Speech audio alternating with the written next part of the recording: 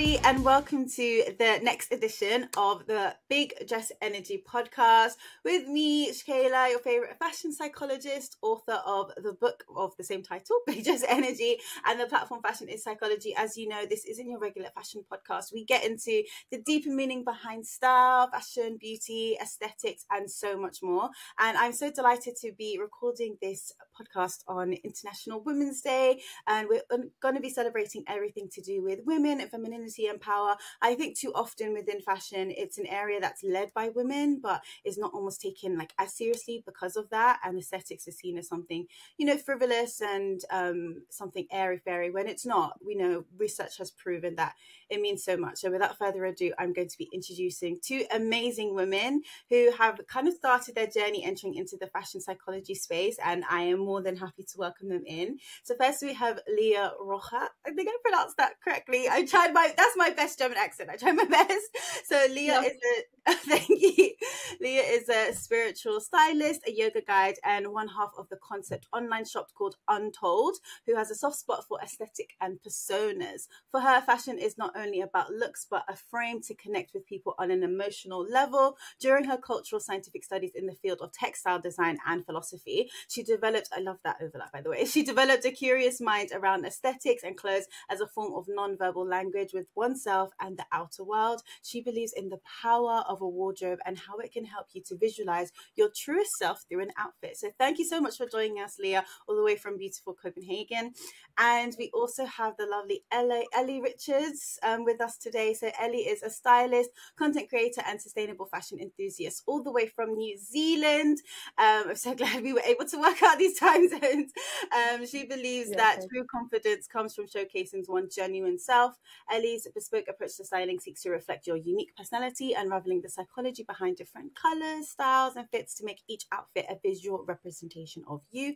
As a sustainable fashion advocate, Ellie also prioritizes secondhand and vintage pieces. She encourages a mindful approach to curation, emphasizing the transformative power of key dopamine pieces. Thank you so much for joining us, Ellie.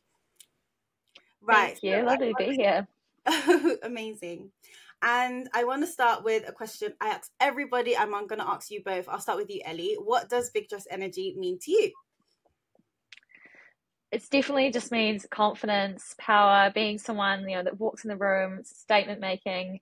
And I definitely think it's like dopamine hit pieces. You know, it's about owning a presence in the room, commanding attention all through what you wear. We influence our non-verbal communication is over 50% of what influences people on our first impression. So fashion plays such a massive role in shaping who we are and how we show up as our authentic selves. And I think Big Dress Energy is what we should be trying to encompass every day.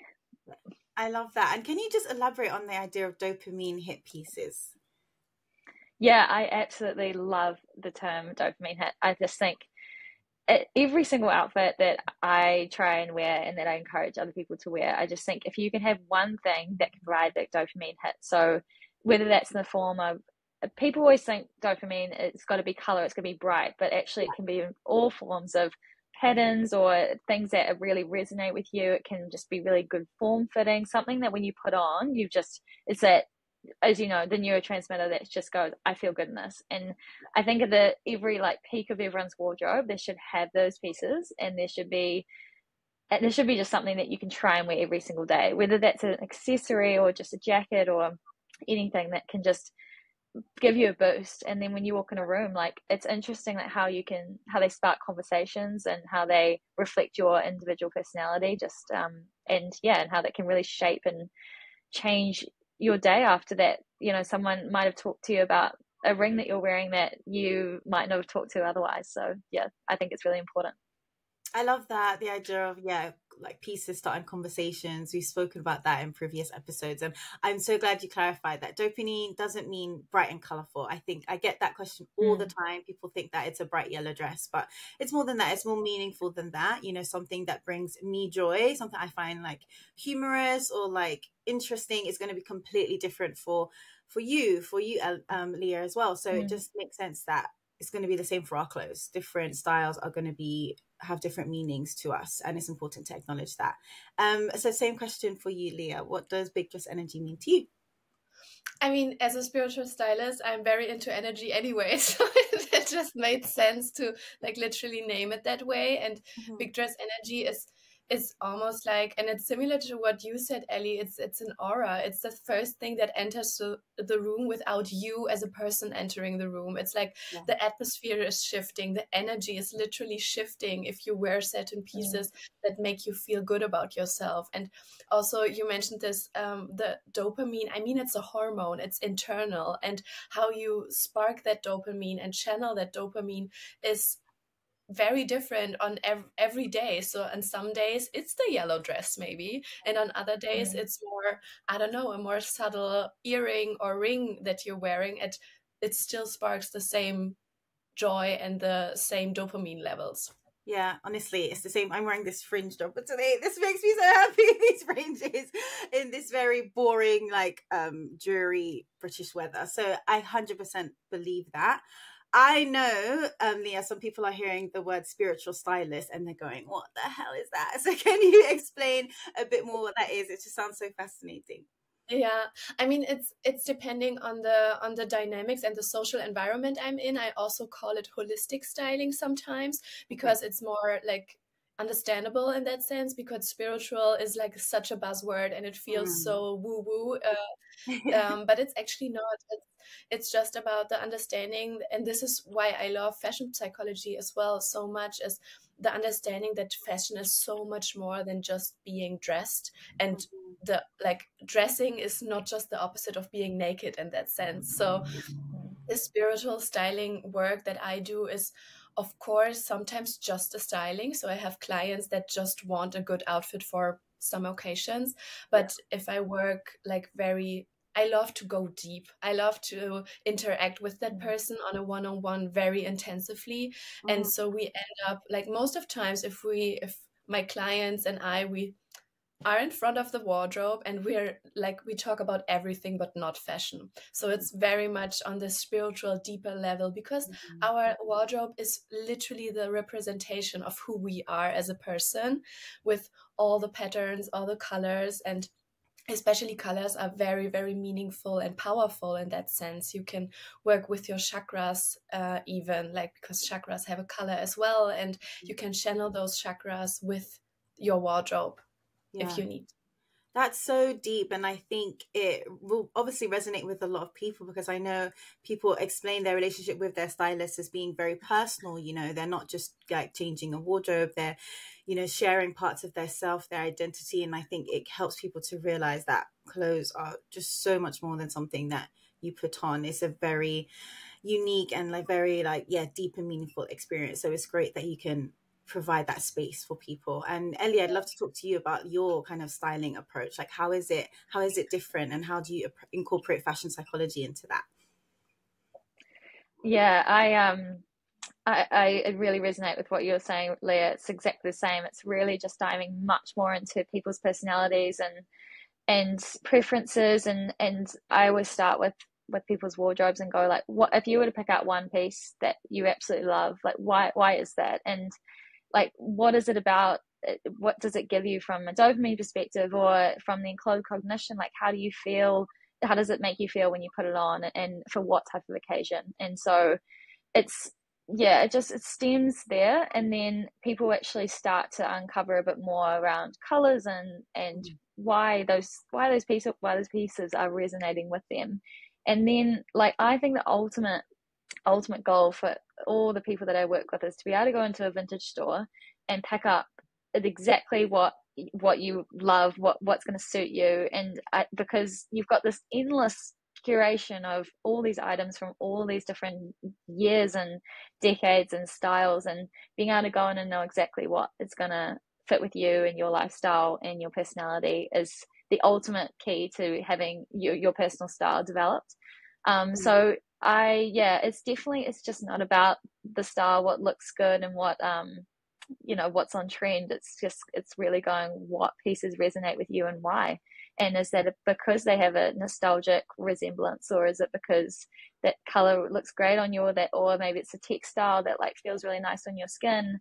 Yeah. And then going through the whole wardrobe and go, okay, so what pieces don't serve you, and what is this black tanks like do for you, and when every single day when we get up and get to choose what that outfit is, you know, it's like most days we just slap on an outfit, like, and we don't have any thought of what we're wearing. But then as soon as we've got something like a job interview, or, you know, you're meeting someone or having a first date, like suddenly you become stuck because you're like, shit, now I've got like to people, this is now a reflection of who I am.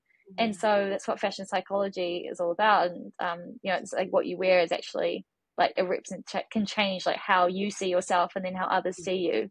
And really diving into the deepness of that, and explaining the theories and why they exist and how they are interpreted, allows people to really look at their fashion choices in a much different way. And so, yeah. I think that was brilliantly summarized. Yeah, go on, Leah.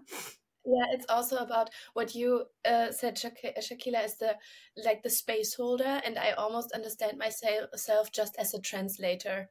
I'm just a translator that says this and knows something maybe, and just brings that what the person already knows as well deep down to the surface and translate it into a wardrobe. So because many people don't ask themselves why they wear certain pieces, like the simple question why can change so much. And I understand myself just as the translator to that. So it's so true, and I love that. I don't know if you guys do this, but sometimes I randomly ask people like, oh, why are you wearing that today? And the look on their face, it's like you ask them like some serious maths question, like they're just like, oh, I don't know why, and then their mind starts racing. And I love that because yes, it just goes to show you they didn't stop to think, and how much different what they're wearing maybe could be if they did. And I just love to hear you both talking about that so passionately, because it is important. And I just love to hear from both of you as well how you got into this field and how you became amazing like intuitive stylist that you are now. And maybe I'll start with you, Leah.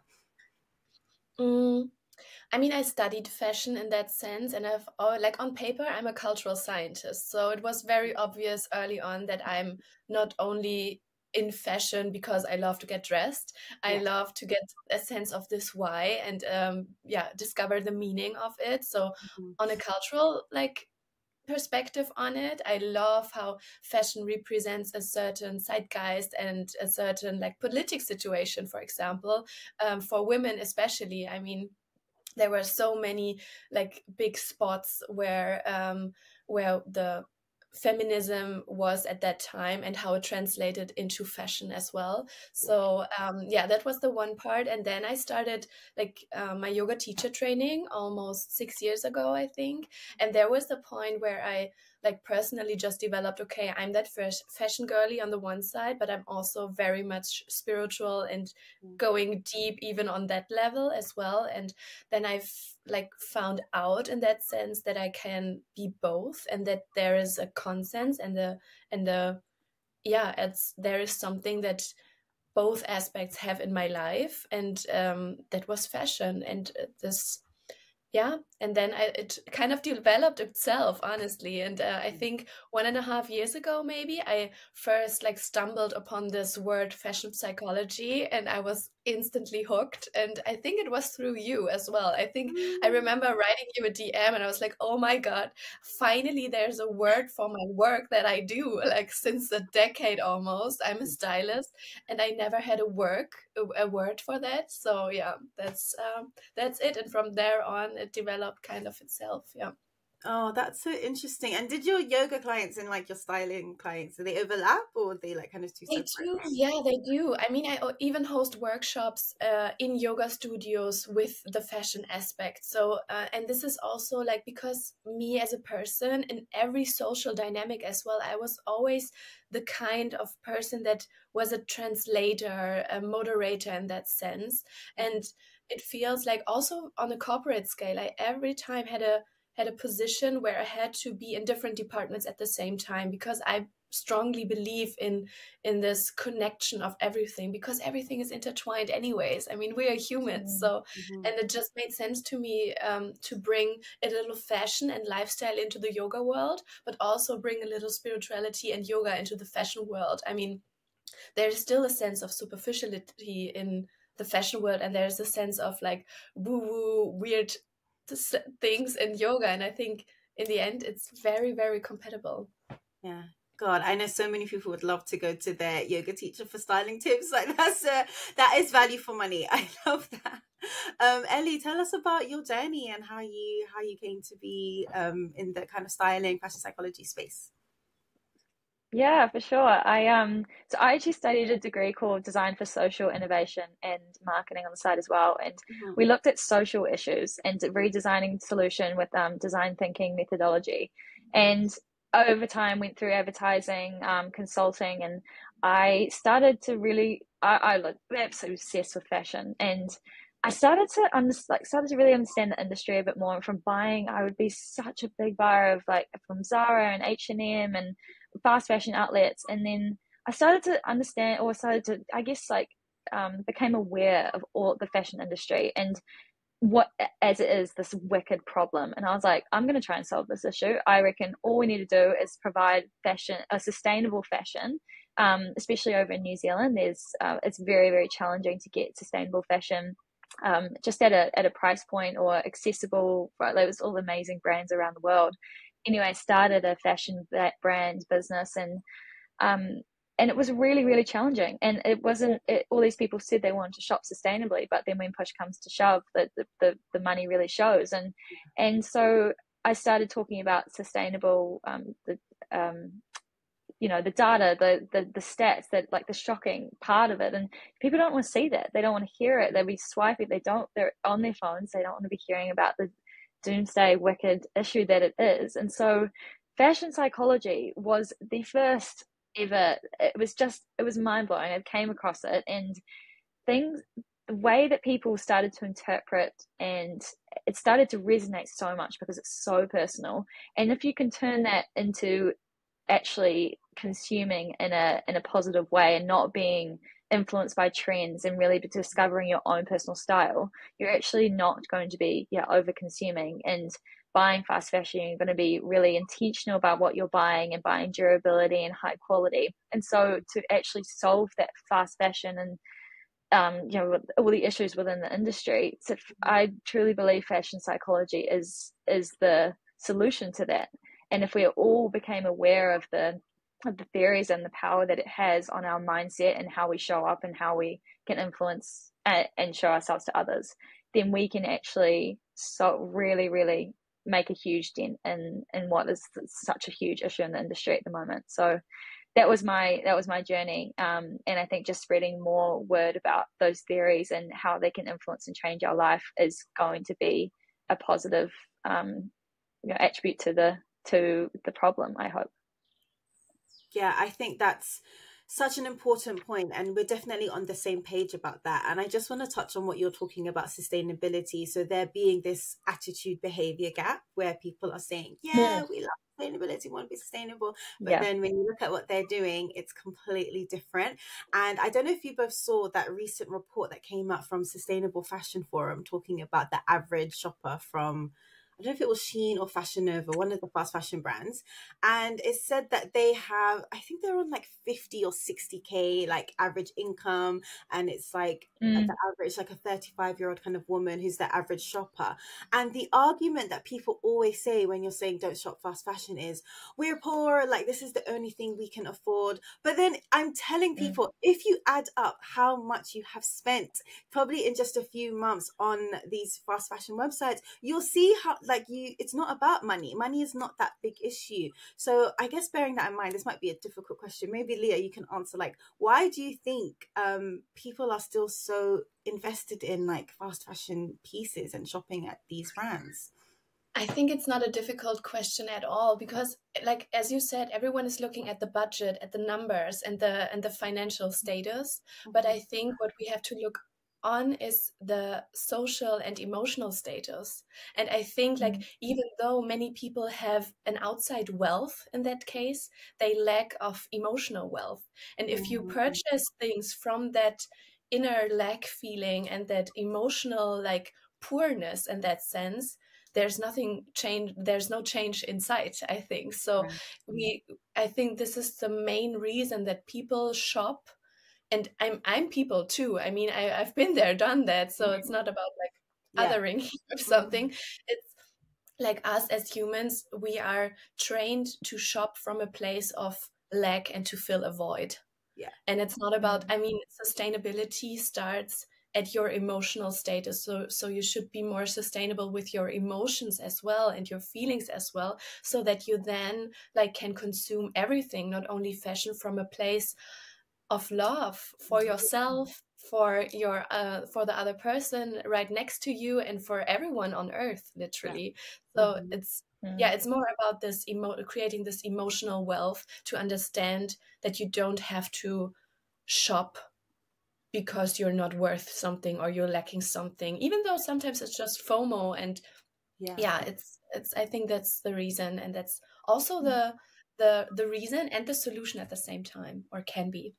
Yeah, it's true. I think, you know, Ellie, you talked about those kind of dopamine hit pieces and how clothes bring you joy. And that's another argument that people use. Like, you know, I'm shopping, I'm buying these pieces because it's making me happy, and, you know, it's cheap, I can afford it, and I can just keep getting that hit. And often we're, I think, becoming overwhelmed, and that dopamine is almost being like dysregulated. Like how would you advise people to separate like those dopamine hit pieces from that constant dopamine hit from getting those new like quick items? And I know, sorry, that is another hard question. I'd love to hear your thoughts. That is, yeah. Well, it's tricky. I just completely want to build on Leah's point as well. Like, you know, when we're feeling confident and secure, as you say, emotionally stable, we are more likely to empathize and connect with others. And so if you can have more empathy for people around you, then you will have more empathy for the world itself. And so you're more likely to care more about your actions. And so, yeah, going back to your point, the dopamine hit versus dopamine, I guess, it's separating the two. It's really, you've really got to work hard at it, and you've got to be accountable for your actions. And I think when I started my business, to the point where I cannot be, if someone asks me where my top is from and I say from H&M, like that's a representation of me. And so suddenly trying to instill that in others and making your values be worn on your sleeve when you put your t-shirt on. And that is the fight that we're facing, because my white t-shirt might be from a really sustainable designer, or it could be from fast fashion, and you would never know because it doesn't have a label. And so it comes down to me and my decisions and where I swipe my card to really show that I have enough empathy and care for the world to put more investment into something that I genuinely care about and I think is worth fighting for. And so, it's the same when you want to buy something that's you've just seen on Instagram that's really cheap and it's going to get here tomorrow, and that your friend, it's going, I genuinely think it comes back to that point. Like when people ask you where it's from, are you going to feel proud about that? Are you going to feel like it's something that is a part of your value system? Or is it something that you're going to hide behind? And then is that worth doing? And I think it's going to take a long time for people to work through that motion. But if you've got a good community around you that all care about the same thing, and I do think that the sustainability movement is really growing in a great way. It's, you know, those conversations actually start to happen, but without them, it really does. That needs to happen on a holistic world scale rather than on a one-on-one. But tricky, very, very tricky. It is tricky. And I think when you present these kind of ideas, you'll get some people who are interested, but then the majority is just like, no, like they're just thinking you're being classist and you're being like mean and you're othering them. They don't realize like we've probably all started off our journeys with a lot of like, you know, overconsumption, because that's a lot of things that happens when you're obsessed with fashion and you grow up loving fashion. You want more, you want to consume it until you start to change the way you value it. Like I love when people compliment my outfits and I can tell them like, oh, this is 10 years old, or oh, this is like gifted, this is secondhand. Like it brings you joy, and there is research that supports that. I'm sure you both know like Aurora Bardi, she did this amazing paper and it said like when you wear something sustainable, it actually makes you feel better. And I think because you're reducing that attitude behavior gap, right, you're actually acting on your beliefs, which is so important. And just speaking about research, Ellie, I wanted to know if there was any like pieces of research in fashion psychology that you really liked, or a study that really grabbed your attention and made you fall in love with the field even more. Yeah, oh, so many. And I have to definitely say that like so many references have come from your book, and I love all of it. And yeah, I feel like I've memorized everything. I love it. But something that's not so much my favorite, but something that I find really interesting to talk about is the social signaling, and specifically that piece of research with the participants who walked around with a clipboard, one wearing plain, 50% wearing plain, and 50% wearing Tommy Hilfiger. And I always talk to people about it and go, which one do you think you'd stop for? And they're thinking, oh well, like I would never just stop based off a jumper with a red stripe on it, you know, the red logo. And but actually the results show that it's like 52% responded to the Tommy Hilfiger and 13% responded to the plain jumper. So it's just crazy that wearing luxury at brands like doesn't just improve your chances of receiving better treatment, but it also has a specific impact on how the impressions that you give others. And I think it's such an interesting one to talk about, because I really hate that that's the case, and it is just such a representation of the world and the class system, and the way that we do wear luxury items in order to receive potentially better treatment, or you know, portray a certain type of class. And I think that's it's really interesting to know, but what you do with that information is it's totally up to you, right? It's interesting. It is interesting, and I know people were saying like, oh no, I just buy luxury for the quality, and you know, it's more sustainable. Not really. It's so funny. I saw a tweet this morning actually that said, if you want to be successful, just take a picture of you in head-to-toe designer in an airport and say that you're selling an ebook, and like watch people buy it, because people see this like status symbols and they think that you have your whole life together and you're just this rich wealthy person, and it's just like it's not true for me.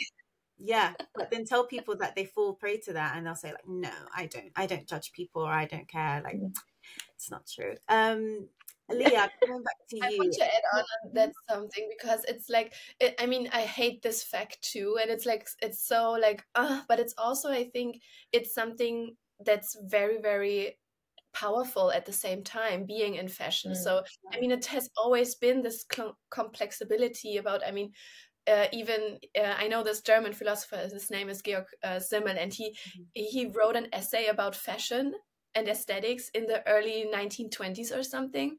And he said, it's like fashion, and this is what I love about fashion so much, it's like you want to be as individual as possible, but also be reflected in the collective. And this is like such a mind, but it's so powerful, because of course I want to be seen as me, as this individual, but I have the need, like the human need, to be in the collective as well, and to be represented in that as well. And I mean, it's disturbing how brands work in that sense, so that this like class system develops, but it's also very, very powerful in the end. Yeah, it's so impactful. It's literally like main character energy, but also like include me as well, like pick me. It's like so crazy that same, if you have main character energy, you empower everyone else to have that same main character energy, and then we can main character together. And it's not about the ego here, it's more about like being the truest and most authentic self, and that has this big trust energy.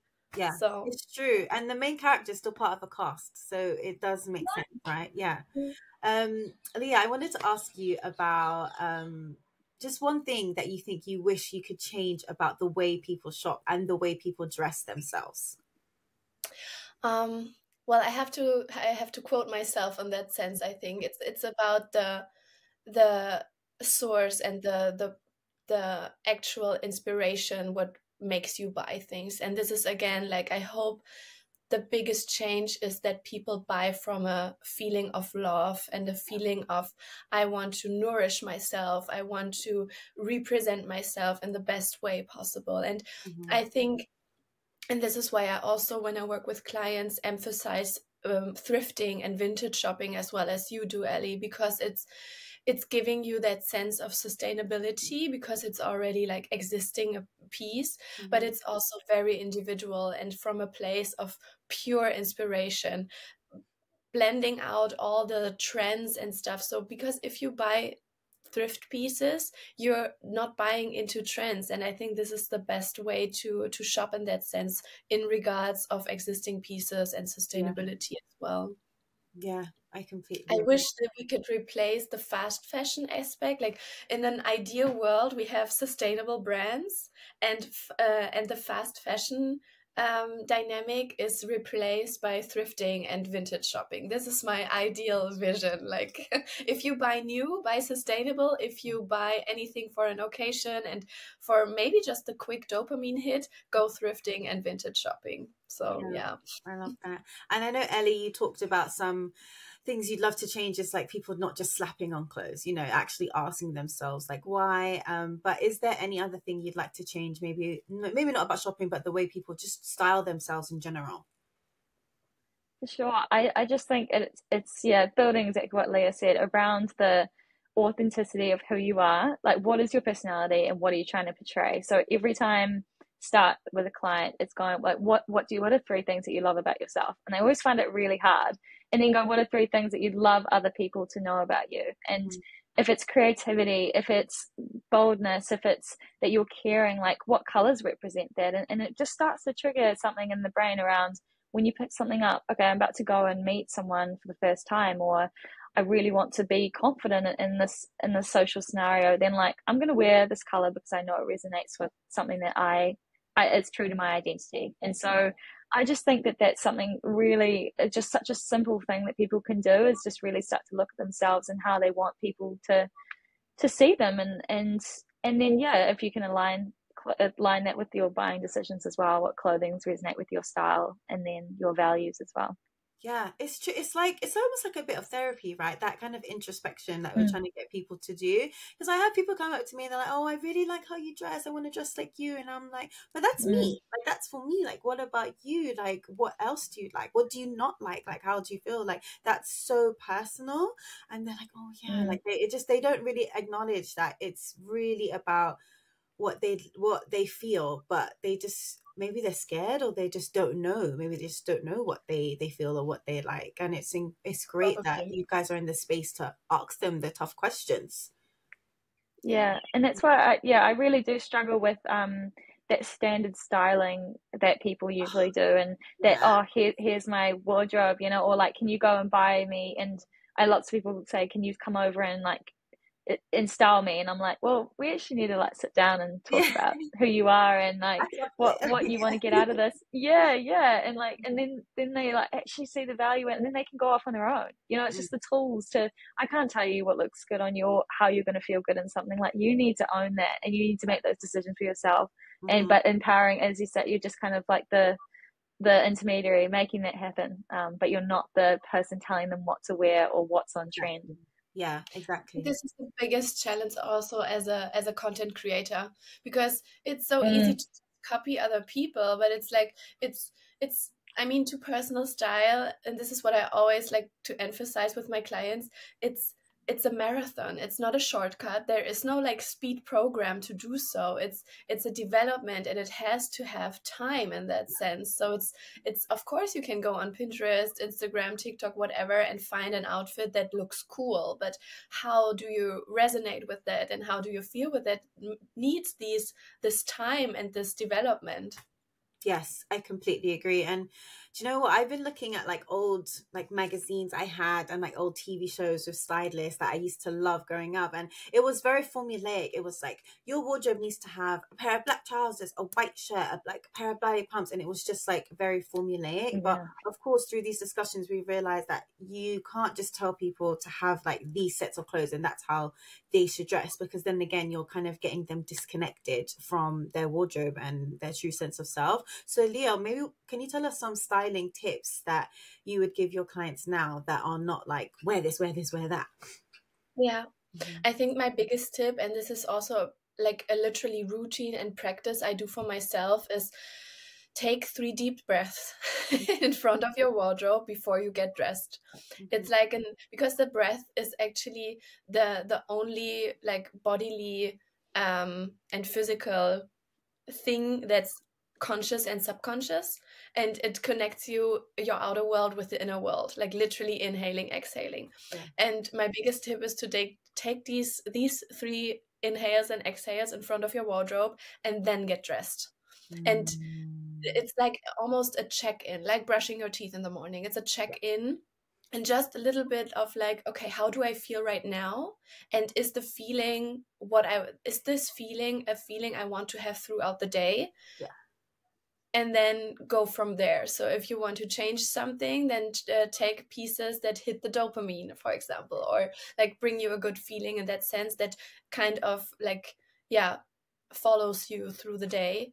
And I also love, because with tips, it's always so generic. I don't want to give a tip that is like, okay, wear this and then you feel a certain way. It's not about that. It's about you checking in. And then some days this might be like, the check-in might result in a blue shirt and sometimes in a, I don't know, pink big sweater or something. It's like, yeah, it's about this check-in. This is my biggest tip. And I think the greatest outfit that starts from this feeling, and then you totally forget about it. Like, you are very conscious in choosing the pieces, and then it goes, because it feels so much you that you forget about it. Then it's like transferring into the subconscious, and then this is the best outfit. Amazing. Yeah, I had my flatmate, she had an early start and terrible morning at work, and she had a shower and she just put on her fat pants and jumper, and I was like, why don't you just put on something nice just for a sec and just see how it feels? And she put on this beautiful dress and some nice shoes and like put her hair up and makeup on, and like she just could not believe. She's like, I just feel so much better. And I was like, oh, it's amazing, like how quickly you could change your mindset. It really, it's important to know.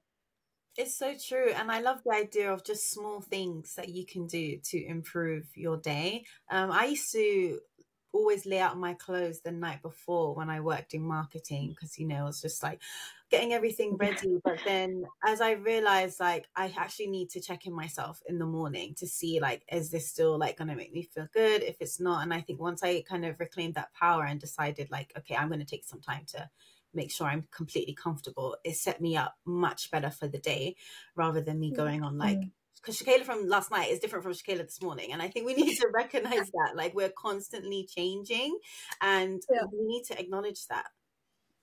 Definitely. I want to talk more about, obviously it's International Women's Day. I want to talk more about women, and why do you guys think that people like don't consider fashion as so serious because women like it? This is a bit of a tough question. Like, I remember I was doing a TV show and they asked me about some of the styles of some like famous women politicians, and it was great talking about their decisions. And I always come from it as a standpoint as like, you know, this is how women choose to represent themselves. This is how they want to show up and like take notice. And then I got some comments saying like, oh, you shouldn't even talk about women's clothing because you're devaluing them and you're making them look like bimbos or something by addressing their sense of style. But I don't know, it's like such a tricky like place to navigate. Ellie, why do you think that people like have this kind of murky issue when it comes to like women and feminism and then fashion and still loving style? Like, what do you think that's about? Yeah, it's really prevalent, and I thought about this quite a bit, and because when I definitely first started talking about fashion psychology, people just love to call absolute that's bullshit. Like, it's not a thing. What are you talking about? And it's like, why is that? And it's just that connotation around fashion and that it's meaningless, and it's the complete opposite. Back to, you know, so many years ago, and the royalty and like purple and how like it resembles, you know, this higher power, and how that then comes through to today. It's just amazing that people can think that it doesn't exist and that it doesn't it's not important. And I definitely do unfortunately think that is derived from like women being inequality and all of the associations that comes with the fashion is connected to female, and we are still riding that wave. And I just think that's just years and years of it not being even and fair for us. And in terms of why it is that way, it's really, really tricky to tell, because males have the exact opportunity to dress the way that we do, and explore fashion the way that we do, except it's so, and in such association to female, that it just seems to be looked down upon. Yeah. Leah, what about you? How would you like advise a woman who maybe loves fashion and style but thinks that she has to dress maybe more plain or dress down to be taken seriously? Like, how would you advise someone like that? Yeah, I think it's not about advising here, it's more about empowering and being an example to do this. And that's, and I mean, it's the hard way and it's the uncomfortable way, but just being an example and leading from there. Because I mean, if you look at as history, as you said, Ellie, and also numbers, there are many men involved in the fashion industry and in the fashion business side. So many men. And it's so like, even now when I think about fashion, it's because of the way we grew up in that sense as well. And it's a very like, because maybe also fashion is something very sensitive. I mean, it's the first layer we put on our bodies, and this is sometimes very much associated still with femininity and like being not as powerful as, but at the same time, Ellie, I can just like quote you there, it's like complete opposite. It's so powerful, it has so much empowerment to do so. And I think I remember a couple of months ago in Germany, there was this like huge discussion again about how should a feminist be dressed in that sense. And I was like, why is this even a topic? I can be a feminist and dress XYZ way. How does a feminist look anyway? It's like so random, and it's so not the point about what we actually should talk about. Yeah, it's true. And I think I want to lead with example in that sense, and not advise someone, but empower someone.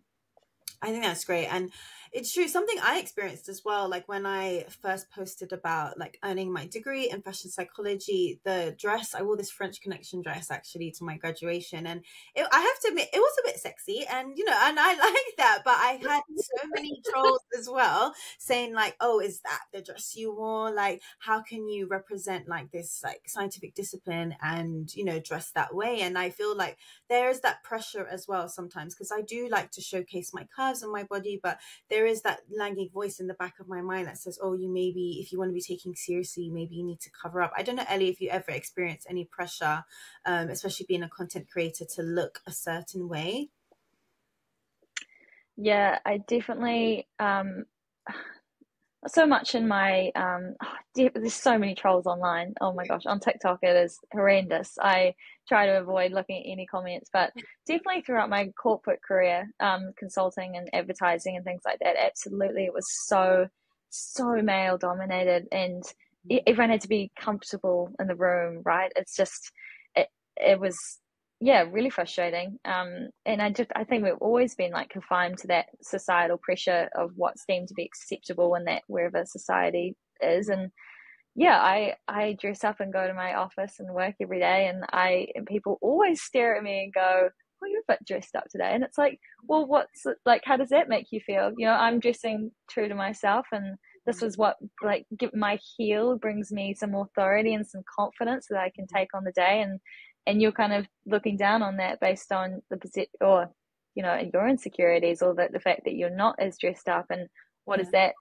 representing for you? And it's just it's a silly thing that we have to go through. But I did want to make a comment on I do think that in terms of like feeling that pressure around looking a certain way is really coming through a turn with TikTok. I do think that even though the platform comes with lots of benefits and lots of negative things about it, it's also bringing a lot of diversity and a lot of you know, authenticity, and people showing up in really diverse ways, and body shape and skin and fashion and everything. And when we were just based off the Instagram perfect curation of feed, that was just these very beautiful slim women that were very stylish, they were the only ones that could get any traction. Now we've got really authentic content creators that are paving the way for for hopefully this bit more open-minded generation. So I do think there's a bit of a movement coming, which is awesome. Yeah, Yeah, I I love can that. sense that too. Yeah, I can sense that too. And I think and what we see on Instagram and TikTok, for example, as well, is like people start recognizing that a person doesn't have to be in one box only. And it's like, I learned this in therapy myself. It's about honoring all aspects of yourself. I mean, you're a whole being. You are like, and on some occasions, there's this personality trait that is more visible than on other occasions and social dynamics. So you as a person don't have to fit in that one box and one box only. So for example, you can have a degree and you can style yourself in a sexy way. I mean, it's still like all aspects, it's you. So yeah. It's so true. And Ellie, I just want to say I love that idea of turning it back on other people and saying like, yeah, why did you feel you need to comment? Like, yeah, what does that say about you? I think that's so actually really powerful, and I think I'm gonna do that to some people. And Leah, maybe in You like should. the vein, you're like, now you're in Copenhagen fashion is like, especially I saw the pictures from Fashion Week, people like they dress in the coolest, chicest ways. And of course with social media we see people who dress to the nines, they get lots of followers, they get lots of comments, they get that social approval, they get brand deals. It's almost like some nowadays dressing in a certain way can actually almost change your life. So how do you think people can maybe navigate that pressure to dress to the nines, or really like over analyze, or just like stress themselves about looking a certain way when they see like all of the benefits that it can bring, and maybe that's not in their budget, or it's like stressing them out? Like, what kind of things would you say to people like that? And have you ever experienced that yourself? Of course. I mean, you go out in the streets here in Copenhagen and simply just see people being well dressed. And I, especially when I came here, which is only 5 weeks ago, it's like, and it sounds very like simple, but not every day has to be a sleigh. Yeah. Love that. Because I'm, as a person, like depending on my menstrual cycle and stuff like that, I don't feel like 9 whatever each day. I have days where I feel mellow and I feel like a 2, and that's fine, and so does my fit. So taking that pressure off is about honoring again like all parts of yourself, and not put yourself in a box visually but also emotionally. And there should be days where you should feel mellow and you should feel like literal crap. That's okay. So does your fit. And I mean, and there are still, and I want to reference you, Ellie, there are still pieces that help me in reducing this moodiness or mellowness in that sense, and try to support me in that sense. Of course there are pieces that do that, but it's also okay to just go out in sweatpants and a cozy knitwear and go from there. I mean, it's what makes us human as well. Like, yeah. It's so powerful. I love that. I love that idea. Yeah, not every day is a sleigh. Like, you guys should see me when I go out, just like to run errands. Like, sometimes my mom looks at me and she's like, if people could see Shakayla, the fashion psychologist, no, I'm like, shut up, this is me. Like, leave me alone. This comfort is actually doing well for my mental health. Like, it's about a balance, and it is important though, I think, to stress that it's true, like certain styles and like looking a certain way, it does have, there's a benefit. We live in like a society where there's a beauty premium, just styling a certain way, people are drawn to that. Actually, when I was in Copenhagen, I wore this bright pink like set, so beautiful.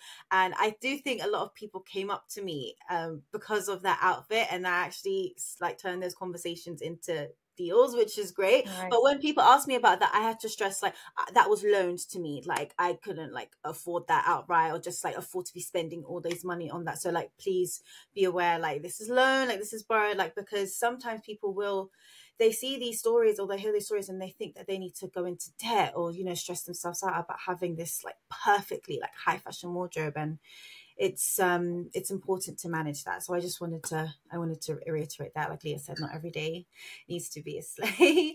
I love this conversation. I feel like I could chat to you both forever, but I think we'll have to sadly wrap it up there. But Leah, maybe can you tell people like what's next in store for you, and also where people can follow your amazing work? Oh, thank you. Yeah, I'm not gonna jinx it, but the learnings and the knowledge I have will become physical this year. Let's say it like this. So yeah, I'm very happy about these opportunities, and yeah, as you can follow me on TikTok. My name is a wardrobe beyond on TikTok, and on Instagram it's just Leah RH with an underline in the front. So yeah, happy to welcome you in that space. And other than that, I do host remote workshops, offline workshops. It's everything in my Instagram bio. Brilliant. Thanks so much, Leah. And Ellie, what's next in store for you, and where can the people follow you? Yeah, well, very similar actually. I'm developing a fashion styling course at the moment, so really hoping to get that out in the world in a month or so. And also, I do styling through Index, which is a digital wardrobe, which is awesome too. So just been doing lots of that, and yeah, but really, really excited about the course side. Really, I just get so many people wanting to do styling, right? And then it just gets on that surface level, and you just want to really express all of the fashion psychology and the theories, and trying to get that deeper level before giving the styling advice. So I think like it's a really good foundation to start anyone on their own journey. So I'm very, very excited about that. And my Instagram is ellierichards.intel, and my TikTok is ellie.richards. And yeah.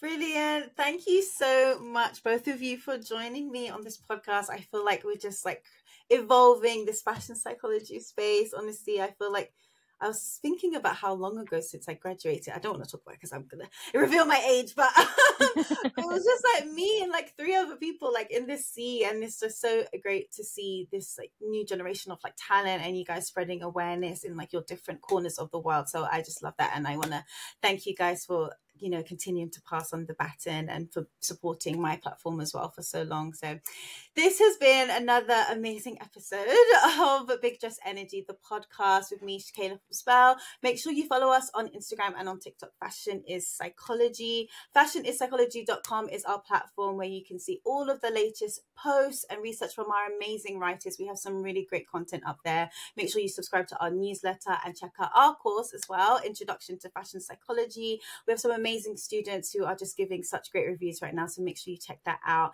And of course, if you haven't got your copy of Big Dress Energy by now, I'm not sure what you're doing, so make sure you do that. And you can follow me on Instagram and Twitter at Shakayla Elise. So yeah, thank you so much, and make sure you tune in next time. Thanks, bye.